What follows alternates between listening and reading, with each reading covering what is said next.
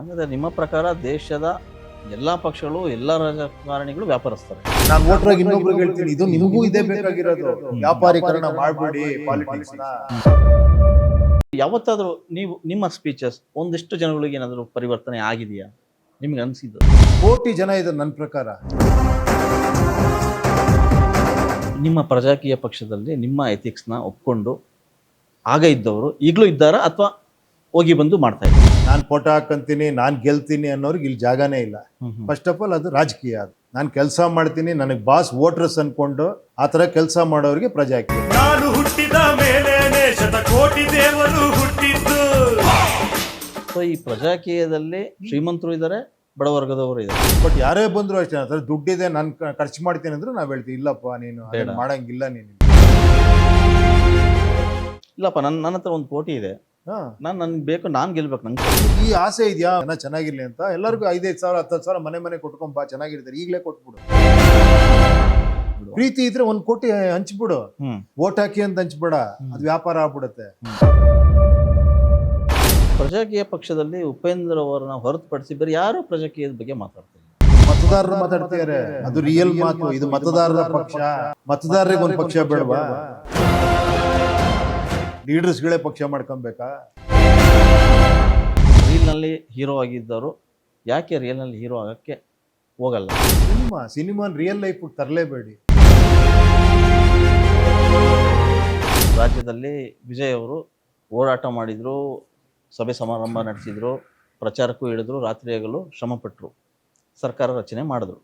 ಹಾಗಾದ್ರೆ ಅವೆಲ್ಲ ಮಾಡಿದಕ್ಕೆ ತಾನೇ ಅಲ್ಲಿ ಆಗಿದ್ದು. ಆ ಬದಲಾವಣೆ ಇಲ್ಲಿ ನೀವು ಬದಲಾವಣೆ ನಿಮ್ಗೆ ಬೇಕು ಅಂದ್ರೆ ವೆಯ್ಟ್ ಮಾಡಿ, ಯಾರೋ ಬರ್ಬೋದು. ಉಪೇಂದ್ರ ಕಡೆಯಿಂದ ಆಗ್ತಾ ಇಲ್ಲ. ಇಲ್ಲ, ನಾನ್ ಮಾಡಲ್ಲ ಅದನ್ನ. ಯಾಕೆ? ನನಗೆ ಸರಿ ಅನಿಸ್ತಿಲ್ಲ, ನಾನು ಮಾಡಲ್ಲ. ಹಂಗಾರೆ ಬೇರೆಯವ್ರು ತಪ್ಪು ಅಂತ ನಾನು ಹೇಳ್ತೀನಿ. ಅವ್ರು ಸರಿ ತಪ್ಪು ನಾನು ಹೇಳಕ್ಕೆ ನೀವು ಹೇಳಿದ್ರಿ ಪಕ್ಕದ you can't give example of something. ನಾನು ಹೇಳ್ತಿರೋದು ನಮ್ ವಿಷಯ ಮಾತಾಡ್ತೀನಿ. ಸರ್ ಅವ್ರು ಮಾಡಿದ್ದಾರೆ, ಹಂಗಾರೆ ಅವ್ರು ತಪ್ಪಾ ಸರ್ ಅಂತ ನೀವು ಕೇಳ್ಬಿಟ್ರೆ ನಾನು ಯಾರ್ದು ತಪ್ಪು ಅಂತ ಹೇಳ್ತಿಲ್ಲ. ನಾನು ಹೇಳ್ತಿರೋದು ಇಲ್ಲಿ ನಾವು ವೋಟರ್ಸ್ ಮಾಡ್ತಿರೋ ತಪ್ಪು ನಾನು ಹೇಳ್ತಾ ಇದ್ದೀನಿ. ನಾನು ರಾಜಕೀಯ ಪಕ್ಷದವ್ರು ಮಾಡ್ತಿರೋ ತಪ್ಪು ಅಂತ ಹೇಳ್ತಿಲ್ಲ. ಅವ್ರಿಗೆ ಗೆಲ್ಬೇಕು ಅನ್ಸುತ್ತೆ, ಅವ್ರಿಗೇನೋ ಬೇಕಾಗಿರುತ್ತೆ, ಅವರು ನಾಯಕನಾಗಬೇಕು ಅಂತ ಬರ್ತಾರೆ, ಅವ್ರು ಖರ್ಚು ಮಾಡ್ತಾರೆ, ಗೆಲ್ತಾರೆ, ಅವ್ರೇನೋ ಮಾಡ್ಕೊತಾರೆ. ಅದು ಸರಿ ಅಂದ್ರ ಮೇಲೆ ಅದನ್ನೇ ಸಪೋರ್ಟ್ ಮಾಡಿ. ಅದು ಸರಿ ಇಲ್ಲ ಬದಲಾವಣೆ ಅಂದ್ರೆ ಆ ಬದಲಾವಣೆ ಕರೆಕ್ಟಾಗಿ ಮಾಡಿ. ಅಟ್ಲೀಸ್ಟ್ ಸುಮ್ಮನೆ ಬದಲಾವಣೆ ಸರ್ ನೀವು ಹಂಗೆ ಮಾಡಿ ಸರ್, ಚೇಂಜ್ ಆಗ್ಬಿಡಿ ಸರ್, ಎಲ್ಲ ಏನೇನೋ ಮಾಡ್ಬಿಡಿ ಅಂದ್ರೆ ತಪ್ಪಾಗತ್ತೆ ಅಲ್ವಾ? ಸೊ ನೀವು ಹೇಗಿದ್ದೀರಿ, ಹೇಗೆ ಅನ್ಕೊಂಬೇಕಿದ್ರಿ ಹಾಗೆ ಇರ್ತೀರಿ, ಬದಲಾಗಲ್ಲ ನೀವು. ನಾನು ವೋಟರ್ ಆಗಿ ನಾನು ಬದಲಾಗ ನನಗೆ ಈ ತರ ಬೇಕು ವೋಟರ್ ಆಗಿ. ನಾನು ವೋಟರ್ ಆಗಿ ಹೇಳ್ತಾ ಇದ್ದೀನಿ, ನಾನು ವೋಟರ್ ಆಗಿ ಇನ್ನೊಬ್ರಿಗೆ ಹೇಳ್ತೀನಿ, ಇದು ನಿಮಗೂ ಇದೇ ಬೇಕಾಗಿರೋದು. ವ್ಯಾಪಾರೀಕರಣ ಮಾಡ್ಬೇಡಿ ಪಾಲಿಟಿಕ್ಸ್ ನ. ಯಾಕಂದ್ರೆ ಅದು ನಿಮ್ ದುಡ್ಡು, ಅದನ್ನ ಸಿನಿಮಾಗೆ ಹೋಲಿಸ್ಬೇಡಿ. ಇಲ್ಲಿ ಹೀರೋಗಳನ್ನ ಎಕ್ಸ್ಪೆಕ್ಟ್ ಮಾಡ್ಬೇಡಿ. ನನ್ನ ಹೀರೋ ತರ ನೀವು ನನ್ನ ಅನ್ಕೊಂಡು ಇದ್ ಮಾಡ್ಬೇಡಿ. ನಾನೊಬ್ಬ ಮಾಮೂಲಿ ಮನುಷ್ಯ, ನಾನು ನಿಮ್ ಜೊತೆ ಇರೋ ವೋಟ್ರು. ಈ ವಿಚಾರ ಕರೆಕ್ಟ್ ಇದೆಯಾ ನೋಡಿ, ನಿಮಗೂ ಅದು ಕರೆಕ್ಟ್ ಅನ್ಸಿದ್ರೆ ಕರೆಕ್ಟ್ ಅಲ್ವಾ, ಇದನ್ನ 4 ಜನಕ್ಕೆ ಹೇಳಿ ಅಷ್ಟೇ. ಇಷ್ಟು ವರ್ಷದ ರಾಜಕಾರಣನ ನೀವು ನೋಡ್ಕೊಂತ ಬಂದಿದ್ದೀರಾ. ನೀವು ಯಾವಾಗ ಪ್ರಜಾಕೀಯ ಪಕ್ಷನ ಅನೌನ್ಸ್ ಮಾಡ್ತೀರಿ, ಅಲ್ಲಿಂದ ಇಲ್ಲಿಗೆ ನಡೆದಂಥ ಬೆಳವಣಿಗೆಗಳನ್ನು ನೀವು ಸೂಕ್ಷ್ಮವಾಗಿ ಗಮನಿಸಿದ್ದೀರಿ. ಸೊ ಯಾವತ್ತಾದರೂ ನೀವು ನಿಮ್ಮ ಸ್ಪೀಚಸ್ ಒಂದಿಷ್ಟು ಜನಗಳಿಗೆ ಏನಾದರೂ ಪರಿವರ್ತನೆ ಆಗಿದೆಯಾ ನಿಮ್ಗೆ ಅನಿಸಿದ್ದು? ಇಲ್ಲ, ಖಂಡಿತ ಪರಿವರ್ತನೆ ಆಗಿರೋರು ಇದ್ದಾರೆ. ನಾನೇನ್ ಪರಿವರ್ತನೆ ಮಾಡೋದಲ್ಲ. ಎಲ್ರಿಗೂ ಇದು ಬೇಕು ಅನ್ನೋರು ಲಕ್ಷಾಂತರ ಜನ ಇದ್ದಾರೆ. ಏನ್ ಹೇಳಿ, ಅವ್ರಿಗೆ ನಾನು ಕನೆಕ್ಟ್ ಆಗ್ತಿದ್ದೀನಿ ಅಷ್ಟೇ. ಏನ್ ಹೇಳಿ, ಕರೆಕ್ಟು, ಹೌದು ಈ ತರ ಇರ್ಬೇಕು ಸಿಸ್ಟಮ್ಮು ಅಂತ ತುಂಬಾ ಜನ ಇದ್ದಾರೆ. ಕೋಟಿ ಜನ ಇದ್ದಾರೆ ನನ್ನ ಪ್ರಕಾರ. ನಿಮ್ಮ ಪ್ರಜಾಕೀಯ ಪಕ್ಷದಲ್ಲಿ ನಿಮ್ಮ ಎಥಿಕ್ಸ್ನ ಒಪ್ಕೊಂಡು ಆಗ ಇದ್ದವರು ಈಗಲೂ ಇದ್ದಾರಾ ಅಥವಾ ಹೋಗಿ ಬಂದು ಮಾಡ್ತಾ ಇದ್ದಾರೆ? ಇಲ್ಲ, ಹೋಗಿ ಬಂದ್ ಮಾಡ್ತಾರೆ. ನಾಯಕರಾಗ್ಬೇಕು ಅಂತ ಬರೋರು ಇಲ್ಲಿ ಬರಕ್ಕೆ ಆಗಲ್ಲ. ನಾನೇನೋ ಮಾಡ್ತೀನಿ ಅನ್ನೋರಿಗೆ ಇಲ್ಲಿ ದಾರಿ ಇಲ್ಲ, ಜಾಗ ಇಲ್ಲ. ನೀವು ಮತದಾರನ ಲೀಡರ್ ಆಗಿ ನೋಡ್ತೀರಾ, ಅವರು ನಮ್ಗೆ ಅಲ್ಟಿಮೇಟ್. ಆಕ್ಚುಲಿ ಅವರು ಈಸ್ ದ ಬಾಸ್. ಯಾರು ಹೇಳಿ? ವೋಟ್ರು ಅಲ್ಟಿಮೇಟ್ ಬಾಸ್ ಅವರು. ಅವ್ರು ನನಗೆ ಕೆಲಸ ಕೊಡ್ತಿದ್ದಾರೆ, ನಂಗೆ ಸಂಬಳ ಕೊಡ್ತಿದ್ದಾರೆ. ಅವ್ರು ಹೇಳ್ದಂಗೆ ಕೆಲಸ ಮಾಡಂಗಿದ್ರೆ ಬಾ ಅಷ್ಟೇ. ನಾನು ಫೋಟೋ ಹಾಕಂತೀನಿ, ನಾನು ಗೆಲ್ತೀನಿ ಅನ್ನೋರಿಗೆ ಇಲ್ಲಿ ಜಾಗನೇ ಇಲ್ಲ. ಫಸ್ಟ್ ಆಫ್ ಆಲ್ ಅದು ರಾಜಕೀಯ. ಅದು ಓಕೆ, ನಾನು ಕೆಲಸ ಮಾಡ್ತೀನಿ, ನನಗೆ ಬಾಸ್ ವೋಟರ್ಸ್ ಅನ್ಕೊಂಡು ಆ ಥರ ಕೆಲಸ ಮಾಡೋರಿಗೆ ಪ್ರಜಾಕೀಯ ಅಷ್ಟೇ. ಪ್ರಜಾಕೀಯ. ಸೊ ಈ ಪ್ರಜಾಕೀಯದಲ್ಲಿ ಎಲ್ಲ ವರ್ಗದವರು ಇದ್ದಾರೆ, ಶ್ರೀಮಂತರು ಇದ್ದಾರೆ, ಬಡವರ್ಗದವರು ಇದ್ದಾರೆ. ನನಗೇನು ಗೊತ್ತಿಲ್ಲ ಅದು ಯಾರಿದ್ದಾರೆ ಯಾರಿಲ್ಲ ಅನ್ನೋದು ನನಗೆ ಗೊತ್ತಿಲ್ಲ. ಯಾರು ಬೇಕಾದ್ರೂ ಬರ್ಬೋದು ಇಲ್ಲಿ. ಈ ಒಂದು ಐಡಿಯಾಲಜಿ ಇಟ್ಕೊಂಡು ಯಾರು ಬೇಕಾದ್ರೂ ಬಂದ್ ಮಾಡ್ಬೋದು. ಬಟ್ ಯಾರೇ ಬಂದ್ರು ಅಷ್ಟೇ, ದುಡ್ಡಿದೆ ನಾನು ಖರ್ಚು ಮಾಡ್ತೀನಿ ಅಂದ್ರೆ ನಾವ್ ಹೇಳ್ತೀವಿ ಇಲ್ಲಪ್ಪ ನೀನು ಮಾಡಂಗಿಲ್ಲ ನೀನು. ಜನರು ದುಡ್ಡು. ಹೌದು, ನೀ ದುಡ್ಡು ಯಾಕೆ ಖರ್ಚು ಮಾಡ್ತೀಯ ನೀನು? ಇಲ್ಲಪ್ಪ, ನನ್ನ ಹತ್ರ 1 ಕೋಟಿ ಇದೆ, ಹಾ, ನನ್ಗೆ ಬೇಕು, ನಾನು ಗೆಲ್ಬೇಕು ನನ್ನ ಕ್ಷೇತ್ರದಲ್ಲಿ. ನೀನ್ ಗೆಲ್ಬೇಕಂತ ಬರ್ಲೇಬೇಡ ಇಲ್ಲಿ ಅಂತ ಹೇಳದ್ ನಾವು. ನಿನ್ನ ಹಾ. ಹತ್ರ 1 ಕೋಟಿ ಇದ್ರೆ ಎಲ್ಲರಿಗೂ ಸಮಾಜ ಸೇವೆ ಮಾಡ್ಬಿಡು. ನಿನ್ಗೆ ಆ ಊರ್ ಮೇಲೆ ಅಷ್ಟೊಂದು ಅಲ್ಲೇ ಸೇವೆ ಮಾಡ್ಕೊಂಡಿದ್ಬಿಡು. ಪ್ರೀತಿ ಇದ್ರೆ 1 ಕೋಟಿ ಹಂಚ್ಬಿಡು. ಬಟ್ ಎಲೆಕ್ಷನ್ ಟೈಮಲ್ಲಿ ಬಂದು ಹಂಚ್ಬೇಡ, ವೋಟ್ ಹಾಕಿ ಅಂತ ಹಂಚ್ಬೇಡ, ಅದು ವ್ಯಾಪಾರ ಆಗ್ಬಿಡುತ್ತೆ. ನಿನಗೆ ಈ ಆಸೆ ಇದೆಯಾ ಜನ ಚೆನ್ನಾಗಿರ್ಲಿ ಅಂತ, ಎಲ್ಲರಿಗೂ 5,000 10,000 ಮನೆ ಕೊಟ್ಕೊಂಬ, ಚೆನ್ನಾಗಿರ್ತಾರೆ, ಈಗಲೇ ಕೊಟ್ಬಿಡು. ಈಗ ಕೊಟ್ಬಿಟ್ಟು ಆಮೇಲೆ ಜ್ಞಾಪಿಸ್ಬೇಡ 2 ವರ್ಷ ಮುಂಚೆ ಕೊಟ್ಟಿದ್ದೆ ಗೊತ್ತಾ, ವೋಟ್ ಹಾಕ್ಬೇಕು ಅಂತ ಹೇಳ್ಬೇಡ, ಅದು ಮತ್ತೆ ವ್ಯಾಪಾರ ಆಗುತ್ತೆ. ಪ್ರಜಾಕೀಯ ಪಕ್ಷದಲ್ಲಿ ಉಪೇಂದ್ರ ಅವರನ್ನ ಹೊರತುಪಡಿಸಿ ಬೇರೆ ಯಾರು ಪ್ರಜಾಕೀಯದ ಬಗ್ಗೆ ಮಾತಾಡ್ತಿಲ್ಲ. ಯಾರೊಬ್ರು ಮಾತಾಡಿದ್ದು ಕಾಣೆ. ಏನಕ್ಕೆ ಬೇಕು? ವೋಟರ್ಸ್ ಮಾತಾಡ್ತಾ ಇದ್ದೀವಿ, ಸೋಷಿಯಲ್ ಮೀಡಿಯಾದಲ್ಲಾದ್ರೂ ಮಾತಾಡ್ಬೇಕು. ವೋಟರ್ಸ್ ಮಾತಾಡ್ತಾ ಇದಾರಲ್ಲ, ಮತದಾರರು ಮಾತಾಡ್ತಿದ್ದಾರೆ, ಅದು ರಿಯಲ್ ಮಾತು. ಇದು ಮತದಾರರ ಪಕ್ಷ. ಮತದಾರರಿಗೆ 1 ಪಕ್ಷ ಬೇಡವಾ? ಬೇಕು. ಲೀಡರ್ಸ್ಗಳೇ ಪಕ್ಷ ಮಾಡ್ಕೊಬೇಕಾ? ಹಾಗಾದ್ರೆ ನೀವು ಹೇಳೋದು ನೋಡಿದ್ರೆ ಎಲ್ಲರೂ ಬನ್ನಿ, ಹಂಗಾದ್ರೆ ನಾಯಕರು ಯಾರು ಆಗ್ತಾರೆ ನಾಳೆ ಹೊಸ ಪಕ್ಷ ಬಂದ್ರೆ? ಕೆಲಸಗಾರರು ತುಂಬಾ ಜನ ಇದ್ದಾರೆ ಸ್ವಾಮಿ. ನಾಯಕನ್ ಯಾಕೆ ನೀವು ಎಕ್ಸ್ಪೆಕ್ಟ್ ಮಾಡ್ತಿದ್ದೀರಾ? ಯಾವ ತರ ನಾಯಕ ಬೇಕು ನಿಮ್ಗೆ? ಈಗ ನಾಳೆ ಏನಾದ್ರು ಆಗ್ಬೇಕಂತ ಇದ್ ಮಾಡ್ಬೇಕಂತ ಒಬ್ರು ಹೇಳ್ಬೇಕಲ್ಲ ಯಜಮಾನ್ರು. ಕೆಲ್ಸಗಾರ ಅವನು, ಸೇವಕ. ಅವ್ರನ್ನೇ ಕರ್ಕೊಂಡ್ ಅವ್ರನ್ನೇ ಮಾಡ್ಬೇಕು. ಸೇವಕನ ನಾಯಕನ, ಅದು ಕ್ಲಿಯರ್ ಮಾಡ್ಕೊಳ್ಳಿ ಫಸ್ಟ್. ನಾಯಕನ ನಿಮ್ಗೆ ಸೇವಕನ ನೀವ್ ಎಲೆಕ್ಟ್ ಮಾಡೋರು? ಅವ್ರು ಸೇವಕರಾಗಿರ್ಬೇಕು ಅವರು. ಕರೆಕ್ಟ್ ತಾನೆ, ನೀವೇ ಹೇಳ್ತೀರಾ, ಮತ್ತೆ ನಾಯಕ ಅಂತ ಯಾಕೆ ಮಾತಾಡ್ತೀರಾ? ಈಗ ಒಬ್ರು ಯಾರು ಯಜಮಾನ್ರು ಬೇಡವಾ ಅಂತ. ಈಗ ಮನೇಲಿ ಒಬ್ರು ಯಜಮಾನ್ರು, ಸೇವಕ ಅಂತ ಯಜಮಾನ್ರು ಹೆಂಗ್ ಕರೀತೀರಾ ನೀವು? ಒಬ್ರು ಯಜಮಾನ್ರು, ನಾವು ಸೇವಕ ನಾಯಕ ಅಂತ ಹೇಳ್ತಿಲ್ಲ, ಒಬ್ಬ ಯಜಮಾನ್ರು ಹೇಳೋ ಮಾತು ಕೇಳಬೇಕು 4 ಜನ. ಕೆಲವು ಯಜಮಾನ್ರು ಇರೋದು ಇದೆಯಲ್ಲ ಸ್ವಾಮಿ, ಹಂಗ ನಿಮ್ಗೆ ಅದೇ ಕರೆಕ್ಟ್ ಅನ್ಸಿದ್ರೆ ಯಜಮಾನ್ರು ಇಟ್ಕೊಳ್ಳಿ, ಅವ್ರು ಹೇಳ್ದಂಗೆ ಕೇಳ್ಕೊಂಡಿರಿ. ಎಲ್ಲೋ ಒಂದ್ ಕಡೆಗೆ ಸೋಷಿಯಲ್ ಮೀಡಿಯಾದಲ್ಲಿ ಇಷ್ಟು ಕಾಮೆಂಟ್ಸ್ಗಳು ಬರ್ತವೆ. ಉಪೇಂದ್ರ ಅವರು ಸಿನಿಮಾಗೆ ಕೊಟ್ಟಷ್ಟು ಸಮಯ, ಸಿನಿಮಾದಲ್ಲಿ ತೊಡಗಿದಂಥಷ್ಟು ಸಮಯವನ್ನು ರಾಜಕಾರಣಕ್ಕೂ ಕೊಟ್ಟಿದ್ದರೆ ಇಷ್ಟೊತ್ತಿಗೆ ಪಕ್ಷ ಬಲಪಡಿಸ್ಬೋದಿತ್ತು ಅನ್ನೋ ಒಂದು ಮಾತು. ಪಕ್ಷ ಬಲಪಡಿಸಕ್ ಬಂದಿಲ್ಲ ಇಲ್ಲಿ. ಓಕೆ, ಪಕ್ಷ ಬಲಪಡಿಸ್ಬೇಕು ಇವಾಗ. പക്ഷേ ಈ ತರದ ಗೊಂದಲದ ಮಾತುಗಳೇ ಮತದಾರರಿಗೆ ನಿಮಗೆ ಗೊಂದಲ ಇರೋದು. ನಿಮಗೆ ಪಕ್ಷ ಅಂದ್ರೆ ಗೊತ್ತಿಲ್ಲ, ವೋಟ್ ಅಂದ್ರೆ ಗೊತ್ತಿಲ್ಲ, ವ್ಯಾಪಾರಿ ರಾಜಕಾರಣ ಗೊತ್ತಿಲ್ಲ ನಿಮ್ಗೆ. ಪಕ್ಷನ್ ಬಲಪಡಿಸ್ಬೇಕು, ಯಾರೋ ಮಾತು ಹೇಳಿದ್ದಾರೆ, ಪಕ್ಷನ್ ಬಲಪಡಿಸ್ಬೇಕ್ರಿ ಅಂತ, ಅದನ್ನೇ ಮಾತಾಡ್ತೀರಾ. ಹೊಸದೇ ಮಾತಾಡ್ತಿಲ್ಲ ಇಲ್ಲಿ ಯಾರು. ಆಲ್ ಆರ್ ಆಕ್ಚುಲಿ ಏನೇನು ಎಕ್ಸಾಂಪಲ್ಗಳು ತಲೆಯಲ್ಲಿ ಇಟ್ಕೊಂಡು, ಒಂದು ಆ ಸ್ಟೇಟ್ ನೋಡಿ, ಈ ಸ್ಟೇಟ್ ನೋಡಿ, ಇಲ್ಲಾಂದ್ರೆ ಅವ್ನ ನಾಯಕ ಆದ ಇಲ್ಲಿ, ಇವನ್ ನಾಯಕ ನೋಡ್ರಿ, ಆ ಪಕ್ಷನ ಎಷ್ಟು ಬಲಪಡಿಸಿದ್ದಾರೆ ನೋಡ್ರಿ ಅಂತೀರಾ. ಪಕ್ಷ ಬಲಪಡಿಸೋದಕ್ಕೆ ನಮ್ದು ಎಲೆಕ್ಷನ್ ಸಿಸ್ಟಮ್ ಇರೋದು. ನನ್ನ ಪ್ರಕಾರ ಎಲೆಕ್ಷನ್ ಮೇಲೆ ಪಕ್ಷದ ಹೆಸರೇ ಬರಬಾರ್ದು, ಗೊತ್ತಲ್ವಾ? ಎಲೆಕ್ಷನ್ ಆಗೋರ್ಗೆ ತಾನೇ ಪಕ್ಷ ಬೇಕಾಗಿರೋದು. ಎಲೆಕ್ಷನ್ ಆದ್ಮೇಲೆ ಏನಕ್ಕೆ ಪಕ್ಷ ಬೇಕು? ನಾಯಕ ಹೆಸರು ಅಷ್ಟೇ ಓಡಾಡ್ತಾ ಇರುತ್ತೆ. ನಾಯಕ, ಮತ್ತೆ ಆ ನಾಯಕನಿಂದ ಹೊರಗೆ ಬರ್ತಾ ಇಲ್ಲ ನೀವು. ಸ್ಟ್ರೋಕ್ ಹೊಡೆದಾಗ ಬೇರೆ ಪಕ್ಷಗಳು ನೋಡ್ತಾ ಇದೀವಲ್ಲ, ಅದಕ್ಕೆ ಹೇಳಿದೆ. ಅದಕ್ಕೆ ಆ ನಾಯಕ ಅನ್ನೋದ್ರ ಬದಲು ಸೇವಕ ಅಂತ ಹೇಳಿ, ಅದಕ್ಕಿನ್ನ ಉತ್ತಮವಾಗಿ ಕರೀರಿ ಅವ್ರನ್ನ, with respect. They are our representatives, ನಮ್ಮ ಜನಪ್ರತಿನಿಧಿಗಳವರು ಅಲ್ವಾ? ಹೌದು, ಗೌರವ ಕೊಡೋಣ. ಜನಪ್ರತಿನಿಧಿ ಅಷ್ಟೇ ಅವರು. ನಾಯಕ ಅಂದ್ಕೊಳ್ಳಿ, ನೀವೇನ್ ಮಾಡ್ತೀರಾ ಗೊತ್ತಾ? ನಾಯಕ ಮಾಡ್ಕಂತಾನ್ ಬಿಡು ಅಂತ. ಎಲೆಕ್ಷನ್ ಮಾಡ್ರ ಮೇಲೆ ನಾಯಕ ಮಾಡ್ಕಂತಾನ್ ಬಿಡು ಅಂತ. ಅವ್ನ್ ಬರ್ಲಿಲ್ಲ ಅಂತಾನು ಕೇಳಲ್ಲ ನೀವು. ಏನಾರ ಸಮಸ್ಯೆ ಅದ ಬೈತಾ ಇರ್ತೀರ, ನೋಡ್ರಿ ಯಾರು ಬಂದೇ ಇಲ್ಲ ಇಲ್ಲಿಗೆ ಅಂತ. ಈಗ ನಿಮ್ಮ ಯೋಚನಾ ಲಹರಿ ಬೇರೆ ರಾಜಕಾರಣದಲ್ಲಿ, ಅಂದ್ರೆ ಹೀಗೆ ಇರಬೇಕು ಅನ್ನೋದು. ಸೊ ಈಗ ಇದು ಈಗಿನ ಜನ್ಸಿಗೆ ಎಷ್ಟು ಮಟ್ಟಿಗೆ ಅದು ಕನೆಕ್ಟ್ ಆಗ್ತದೆ ನೋಡೋಣ. ಅದು ಕನೆಕ್ಟ್ ಆದ್ರೆ ಅವ್ರು ಎಚ್ಚೆತ್ಕೊಂತಾರೆ, ಎದ್ದೇಳ್ತಾರೆ. ಒಬ್ಬೊಬ್ಬನು ಫೋನ್ ತಗೊಂತಾನೆ ಕೈಗೆ, ಮಾಡ್ತಾನೆ. ಈಗ ನಿರಂತರವಾಗಿ ಸೋಷಿಯಲ್ ಮೀಡಿಯಾ ಮೂಲಕನೇ ನೀವು ಮನಮುಟ್ಟ ಥರ ಮಾಡೋದಾದ್ರೆ ಅದಕ್ಕೊಂದು ವಿಂಗ್ ಅನ್ನೋದೇನಾದ್ರು ಮಾಡ್ಕೊಂಡಿದ್ದೀರಾ ಅಂತ? ಅಂದ್ರೆ ಸೋಷಿಯಲ್ ಮೀಡಿಯಾ ಮೂಲಕನೇ ಮಾತಾಡೋಣ, ನಾವು ಅಲ್ಲಿ ಕರಪತ್ರ ಹಂಚಲ್ಲ, ಸಭೆ ಸಮಾರಂಭ ಮಾಡ್ಬೇಕು ಇವಾಗ. ಅದೇ ಅದಕ್ಕೆ ಬರೋಣ. ಸೊ ಆ ಮೂಲಕ ಮಾಡಬೇಕು. ಅದು ಐಡಿಯಾಲಜಿ ಹೇಗಿದೆ? ಅದೇನದು ವಿಂಗ್ ಅಂದ್ರೆ ಏನದು? ಅಲ್ಲೊಂದು ಸ್ಟ್ರಕ್ಚರ್ ಮಾಡಬೇಕು. ಈಗ 4 ಜನ ಇಟ್ಕೊಂಡು ಸೋಷಿಯಲ್ ಮೀಡಿಯಾ, ಈಗ ಉಪೇಂದ್ರ ಒಬ್ಬರೇ ವಿಡಿಯೋ ಮಾಡ್ಕೊಂಡು ಉಪೇಂದ್ರ ಒಬ್ಬರೇ ಮಾಡಕ್ ಸಾಧ್ಯನಾ? ನನ್ನ ಕೈಲಾಗಷ್ಟು ಮಾಡ್ತಾ ಇದ್ದೀನಿ. ಅದನ್ನೇ 4 ಜನ ಸೇರ್ಕೊಂಡು ಮಾಡ್ಬೋದಲ್ಲ? 4 ಜನ ಮಾಡಿ ಅಂತಾನೆ ಹೇಳ್ತಾ ಇದ್ದೀನಲ್ಲ. ಅದು ಆ ತರದ ಐಡಿಯಾಲಜಿ ಮಾಡಿ ಅಂತ ಹೇಳ್ತಾನೆ. ನಿಮ್ಗೆ ಮಾಡಕ್ಕಾದ್ರೆ ಮಾಡಿ ಅಂತ ಹೇಳ್ತಾ ಇದ್ದೀನಲ್ಲ. ಅದಕ್ಕೊಂದು ವಿಂಗ್ ಕ್ರಿಯೇಟ್ ಮಾಡಿ, ಅಲ್ಲೊಂದಷ್ಟು ಹಣ ಹೂಡಿಕೆ ಮಾಡಿ, ಅದನ್ನ ವೈರಲ್ ಮಾಡಿ, ಅದನ್ನ ಬೂಸ್ಟ್ ಮಾಡಿ. ಏನಂದ್ರೆ ಬೇರೆಯವ್ರು ಯಾವಾಗ ಗೊತ್ತಾ, ನಿಮ್ಮ ಕೇಳಿ ಬದಲಾಗದು ಯಾವಾಗ ಗೊತ್ತಾ? ನೀವು ನೋಡ್ತೀರಾ ಲೈಕ್ಸ್ ಎಷ್ಟು ನೋಡ್ತೀರಾ? 15,000 ಲೈಕ್ಸ್. ಹಂಗಾರಿ ಇವನೇನೋ ಕರೆಕ್ಟಾಗಿ ಮಾತಾಡ್ತಾವನೆ ಅಂತ ಅವ್ನ ಮಾತು ಕೇಳಲ್ಲ ನೀವು, ಇನ್ನೊಂದು ಲೈಕ್ ಹಾಕ್ತೀರಾ ನೀವು. ಮತ್ತೆ ಶೇರ್ ಮಾಡೋದು ಅಲ್ಲ ಸರ್. ಏನಂದ್ರೆ ಆ ಲೆವೆಲ್ಗೆ ಬಂದ್ರೆ ನೀವು ಅಟ್ಲೀಸ್ಟ್ ಅವ್ನು ಹೇಳಿದ್ ಕೇಳಿ ಸರಿನಾ ತಪ್ಪ ಅಂತಾನೆ ಕಾಮೆಂಟ್ ಹಾಕ್ಬೇಕು, ಅಥವಾ ಚೆನ್ನಾಗಿದೆ ಅಂದ್ರೆ ಲೈಕ್ ಹಾಕ್ಬೇಕು. ನೀವ್ ಕೇಳದೇನೆ ಅಲ್ಲಿ ನೋಡ್ತೀರಾ ಎಷ್ಟು ಜನ ಕಮೆಂಟ್ ಮಾಡಿದ್ದಾರೆ, 50 ಜನ, ನಾನು ಒಂದ್ ಹಾಕ್ತೀನಿ, ಇದನ್ನ ಓದ್ತಾರೆ ಜನ ಅಂತ ಒಂದ್ ಹಾಕ್ತೀನಿ ನಾನು. ಕರೆಕ್ಟಾ ಇದು? ಇಂಟರ್ನೆಟ್ ನ ಬೇರೆ ಬೇರೆ ವಿಚಾರಗಳಿಗೆ, ಬೇರೆ ಬೇರೆ ಕಾರಣಗಳಿಗೆ ಅದು ಬಳಕೆ ಆಗ್ತಾ ಇದೆ. ಸೊ ಅಂದರೆ ಜನ ಅವ್ರ ಮನಸ್ಸಿಗೆ ಬಂದದನ್ನ ಅದನ್ನು ಯೂಸ್ ಮಾಡ್ತಾರೆ. ಸೊ ಈ ಥರದನ್ನ ಬಳಕೆ ಮಾಡಲಿಕ್ಕೆ ಅವರಿಗೆ ಪರಿವರ್ತನೆ ಆಗಲಿಕ್ಕೆ ಒಂದಷ್ಟು ಮೋಟಿವೇಶನಲ್ ಸ್ಪೀಚ್ ಬೇಕೇ ಬೇಕು. ಸೊ ಆ ತಯಾರಿ ಹೇಗೆ ನಡೆದಿದೆ? ಯಾವ ಥರ ಮೋಟಿವೇಶನ್ ಸ್ಪೀಕ್ ನೀವು ಅಂದರೆ ಕೂತ್ಕೊಂಡು ನಮ್ಮ ಹತ್ರ ಮಾತಾಡಿದ್ರಿ. ಕಾಲೇಜ್ಗೆ ಹೋಗಿ ಮಾತಾಡಿದ್ದೀನಿ, ಕಾಲೇಜ್ಗಳಿಗೆ ಹಾ. ಎಷ್ಟೋ ಕಡೆ ಹಳ್ಳಿಗಳಿಗೆ ಹೋಗಿ ಮಾತಾಡಿದ್ದೀನಿ, ಪ್ರೆಸ್ ಕಾನ್ಫರೆನ್ಸ್ಗಳು ಮಾಡಿದ್ದೀನಿ.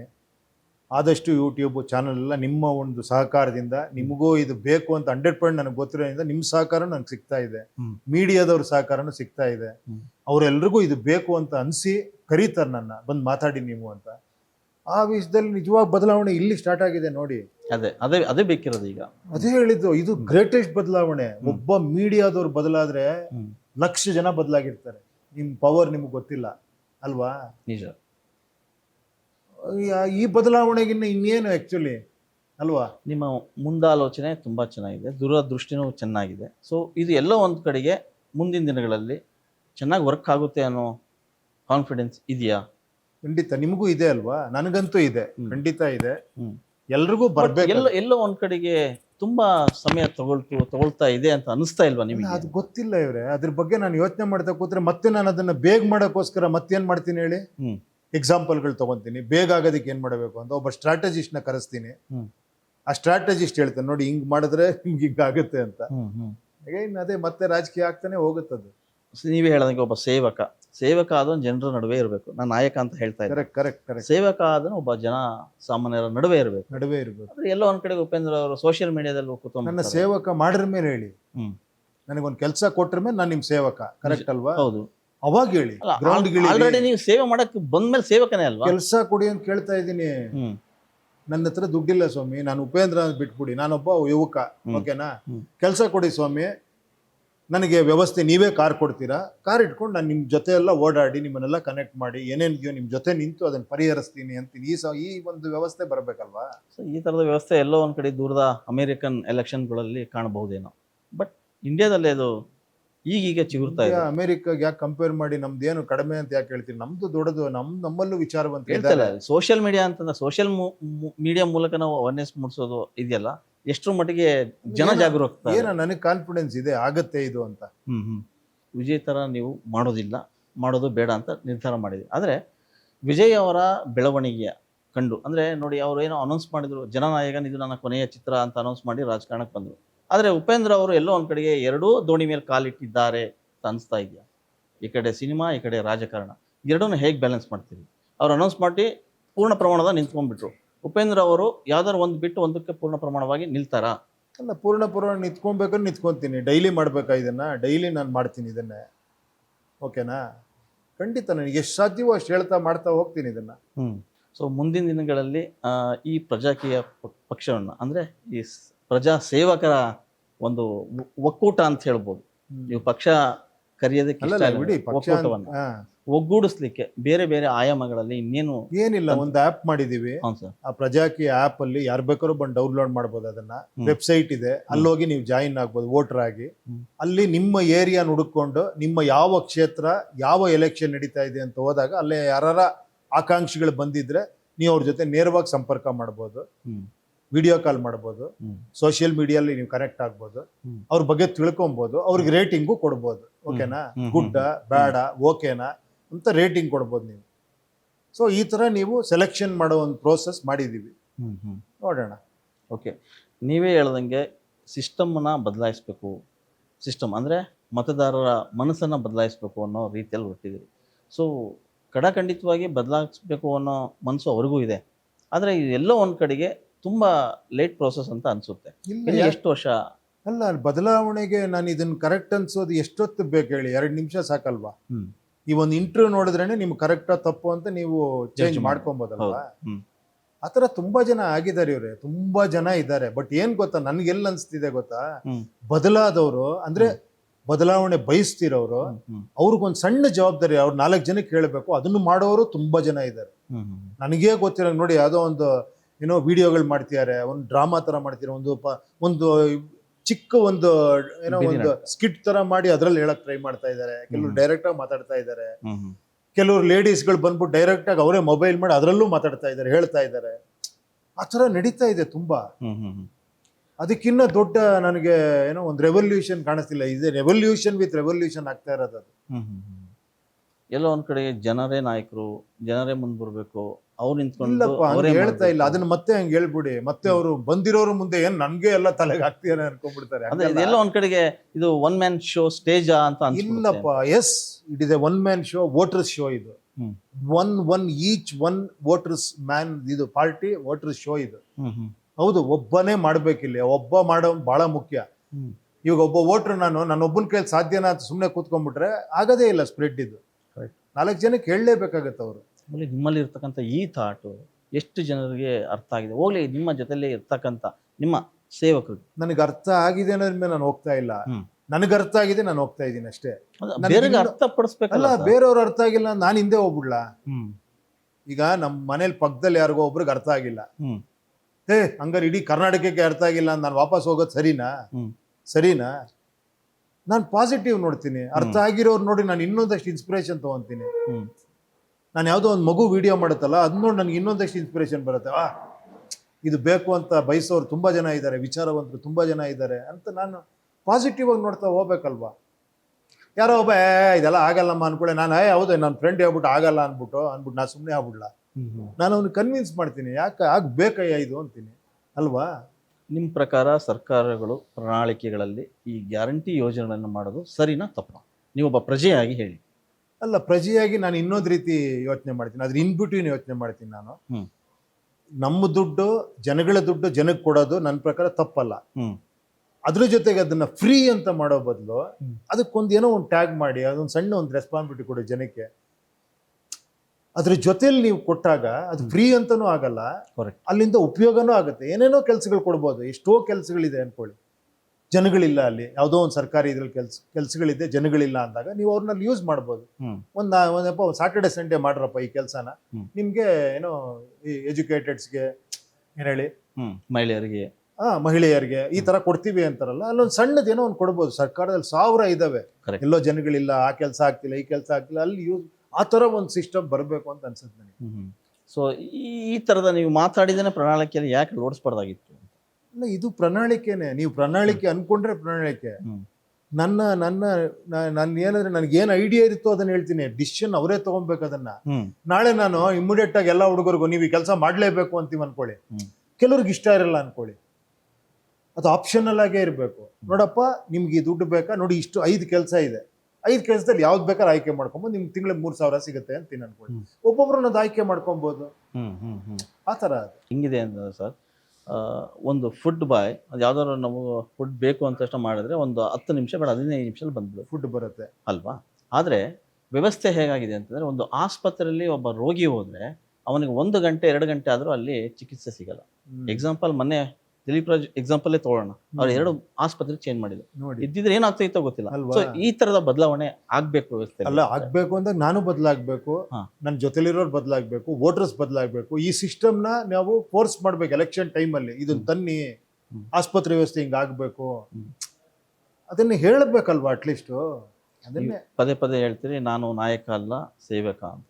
ರೀಲ್ನಲ್ಲಿ ಹೀರೋ ಆಗಿದ್ದವರು ಯಾಕೆ ರಿಯಲ್ನಲ್ಲಿ ಹೀರೋ ಆಗಕ್ಕೆ ಹೋಗಲ್ಲ?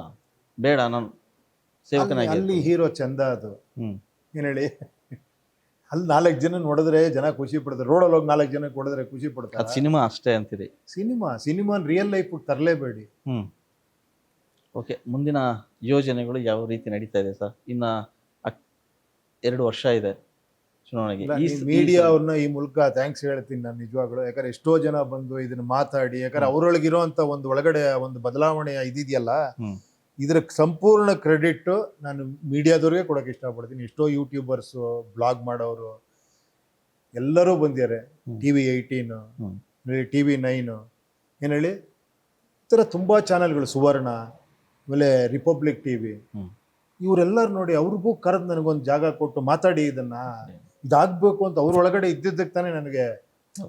ಸೊ ನನ್ನ ಪಾರ್ಟ್ಗಿನ್ನ ನಾನು ನಿಮ್ಮ ಪಾರ್ಟ್ ದೊಡ್ಡದು ಅಂತೀನಿ. ಯಾಕಂದ್ರೆ ನಾನು ಒಬ್ಬನೇ ವೈಡ್ ಆಗುತ್ತೆ ಅಷ್ಟೇ, ಒಬ್ಬರೇ ಮಾತಾಡೋಕ್ಕೂ ಧ್ವನಿ. ಈ ತರ ಮೀಡಿಯಾದೊಂದು ಇದೇನು ಹೇಳಿ ಒಂದು ಸಪೋರ್ಟ್ ಸಿಕ್ಕಾಗ ದೊಡ್ಡ ಬದಲಾವಣೆ ಆಗುತ್ತೆ. ನಿಮ್ಮನ್ನ ನಿಜವಾಗ್ಲೂ ಎಲ್ಲರೂ ಏನು ಹೇಳಿ ತುಂಬಾ ದೊಡ್ಡ ಒಂದು ಸ್ಟೆಪ್ ಆಕ್ಚುಲಿ ನೀವು ಇಡ್ತಾ ಇರೋದು ಈ ವಿಷಯದಲ್ಲಿ. ಅದಕ್ಕೆ ನಾನು ಅಭಿನಂದನೆ ಸಲ್ಲಿಸ್ತೀನಿ, ಥ್ಯಾಂಕ್ಸ್ ಹೇಳಕ್ಕೆ ಇಷ್ಟಪಡ್ತೀನಿ ಈ ಮೂಲಕ. ಎಸ್ ಸರ್, ರಾಜಕಾರಣದಲ್ಲಿ ಒಂದಷ್ಟು ಸಮಸ್ಯೆಗಳಿದ್ದಾವೆ, ಅವು ಪರಿಹಾರ ಮಾಡೋದಕ್ಕೆ ಬೇರೆ ಬೇರೆ ಆಯಾಮಗಳಲ್ಲಿ ಹೋಗಬೇಕು. ಅಂದರೆ ಚಿತ್ರರಂಗದಲ್ಲಿ ನೀವೊಬ್ಬ ಸ್ಟಾರ್ ನಟರಾಗಿ ಚಿತ್ರರಂಗದಲ್ಲೇ ಒಂದಷ್ಟು ಸಮಸ್ಯೆಗಳಿವೆ. ಸೊ ಚಿತ್ರರಂಗದ ಸಮಸ್ಯೆ ಪರಿಹಾರಕ್ಕೆ ಯಾವತ್ತೂ ಧ್ವನಿ ಎತ್ತಿಲ್ಲ ಯಾವ ನಟರು. ಇದೊಂದು ಕೊರಗಿದೆ, ಭಾಳಷ್ಟು ಸಮಸ್ಯೆ. ಇಲ್ಲಪ್ಪ, ಇಲ್ಲ, ಆ ಥರ ಏನು ಬೇಕೋ ಅದಿದೆ ಅವರೇ. ಅಸೋಸಿಯೇಷನ್ ಇದೆ, ಏನು ಹೇಳಿ, ಆರ್ಟಿಸ್ಟ್ ಅಸೋಸಿಯೇಷನ್ ಇದೆ, ಡೈರೆಕ್ಟರ್ ಅಸೋಸಿಯೇಷನ್ ಇದೆ, ಚೇಂಬರ್ ಇದೆ. ಎಕ್ಸಾಂಪಲ್, ಪರಭಾಷೆ ಸಿನಿಮಾಗಳು ಬಂದಾಗ 500,000 ರೂಪಾಯಿ ಟಿಕೆಟ್ ಆಗ್ತದೆ ಸರ್. ನಮ್ಮ ಕನ್ನಡ ಸಿನಿಮಾ 200 ರೂಪಾಯಿ ಕೊಟ್ಟು ನೋಡೋಕ್ಕೂ ಅಲ್ಲ, ಹೋಗ್ತಾ ಇಲ್ಲ ಅದಕ್ಕೆ ಜನ. ಹೋರಾಟಗಳು ಆಗಿದ್ದಾವೆ ಆ ಟೈಮಲ್ಲೆಲ್ಲ. ಆಮೇಲೆ ಅದಕ್ಕೆ ಆದಂತ ಕೆಲವು ಏನೋ ಬೇರೆ ಬೇರೆ ಪರಿಸ್ಥಿತಿಗಳಿದಾವೆ. ಈ ಚೇಂಬರ್ ಅಲ್ಲಿ ಎಲ್ಲಾ ಪ್ರೊಡ್ಯೂಸರ್ ಎಲೆಕ್ಟ್ ಮಾಡಿ ಕೂರಿಸ್ತಾ ಇದ್ದಾರೆ, ಗೊತ್ತಾ? ಆ ಸಿಸ್ಟಮ್ ಇದೆ. ಓಕೆ, ಅಲ್ಲ, ಸಿಸ್ಟಮ್ ಇದೆ. ಆ ಸಿಸ್ಟಮ್ ವರ್ಕ್ ಆಗ್ತಿದ್ಯಾ ಅಂತ? ಆಗೋ ಮಟ್ಟಿಗೆ ಆಗ್ತಾ ಇದೆ, ಒಕ್ಕೂಟ. ಆಗೋ ಮಟ್ಟಿಗೆ ಆಗ್ತಾ ಇದೆ. ಈಗ ಏನಾಗಿದೆ ಅಂದ್ರೆ, ಬಿಕಾಸ್ ಆಫ್ ಏನಾಗಿದೆ ಅಂದ್ರೆ, ಈಗ ಒಕ್ಕೂಟ ಅಂತೆಲ್ಲ ಮಾಡ್ಕೊಂಡಿದ್ರು, ಒಂದು ಸ್ಟ್ರಾಂಗ್ ಯೂನಿಯನ್ ಇತ್ತು. ಇವಾಗ ಏನಾಗಿದೆ ಅಂದ್ರೆ, ನೀವು ಇಷ್ಟು ಕೇಳಿದ್ರೆ ನಾವು ಕೊಡೋದೇ ಇಲ್ಲ ಕೆಲಸ ಅನ್ನೋ ಪರಿಸ್ಥಿತಿ ಬಂದಿದೆ. ಈಗ ವರ್ಕರ್ಸು ಚೇಂಜ್ ಆಗಿದ್ದಾರೆ. ಪರವಾಗಿಲ್ಲಪ್ಪ, ನಮ್ಗೆ ಎಷ್ಟು ಕೊಟ್ಟರೆ ಅಷ್ಟು ಕೊಡಿ, ನಾವು ಕೆಲಸ ಮಾಡ್ತೀವಿ ಅನ್ನೋ ಪರಿಸ್ಥಿತಿ ಬಂದಿದೆ. ಸೊ ಆ ಥರ ಬದಲಾವಣೆಗಳು ಅದಾಗೆ ಆಗ್ತಾ ಹೋಗುತ್ತದೆ. ಓಕೆ ಸರ್, ನಿಮ್ಮ ಆಲೋಚನೆಗಳು, ನಿಮ್ಮ ಯೋಜನೆಯ ಒಂದಷ್ಟು ಲಹರಿಗಳು, ಸಾಕಷ್ಟು ವಿಚಾರಗಳಿವೆ ನಿಮ್ಮಲ್ಲಿ. ಸೊ ಬದಲಾಗಬೇಕು, ಎಲ್ಲದೂ ಅದೇ ಇರಬಾರ್ದು. ಯಾವುದೋ ಒಂದು ಮನೇಲಿ ಎಲ್ಲೋ ಒಂದು ಮೂಲೆಗೆ ಯಾವುದೋ ಒಂದು ವಸ್ತು ಇಟ್ಟಿರ್ತೀವಿ ಅಂತಂದರೆ ಬಹಳ ವರ್ಷ ಅದು ಇರಬಾರ್ದು, ಹೊಸದೇನೋ ಬರಬೇಕು, ಅಲ್ವಾ? ನೋಡೋದಕ್ಕೆ ಚೆಂದ ಕಾಣುತ್ತೆ. ಸೊ ಹಂಗೆ ಸರ್ಕಾರ ಕೂಡ ಬದಲಾಗಬೇಕು. ಸರ್ಕಾರದ ಜೊತೆಗೆ ಒಬ್ಬ ಒಳ್ಳೆಯ ಸೇವಕ ಬರಬೇಕು. ನೀವು ಹೇಳ್ದಂಗೆ ಆ ಸೇವಕ ಆದಷ್ಟು ಬೇಗ ಬರುವಂತಾಗಲಿ. ನಿಮ್ಮ ಏನು ಪ್ರಜಾಕೀಯ ಇದೆ, ಪ್ರಜಾಕೀಯ ಪಕ್ಷದ ಮೂಲಕ ಮುಂದಿನ ದಿನಗಳಲ್ಲಿ ಆ ಪ್ರಯತ್ನವನ್ನು ಮಾಡಬಹುದು. ಒಳ್ಳೆಯದಾಗಲಿ ಸರ್. ಥ್ಯಾಂಕ್ ಯು ಗುರುವೆ, ಥ್ಯಾಂಕ್ ಯು. ಹೆಚ್ಚಿನ ವಿಡಿಯೋಗಳಿಗೆ ಪ್ರತಿಧ್ವನಿ ಯೂಟ್ಯೂಬ್ ಚಾನೆಲ್ ಸಬ್ಸ್ಕ್ರೈಬ್ ಮಾಡಿ, ಬೆಲ್ ಐಕಾನ್ ಕ್ಲಿಕ್ ಮಾಡಿ.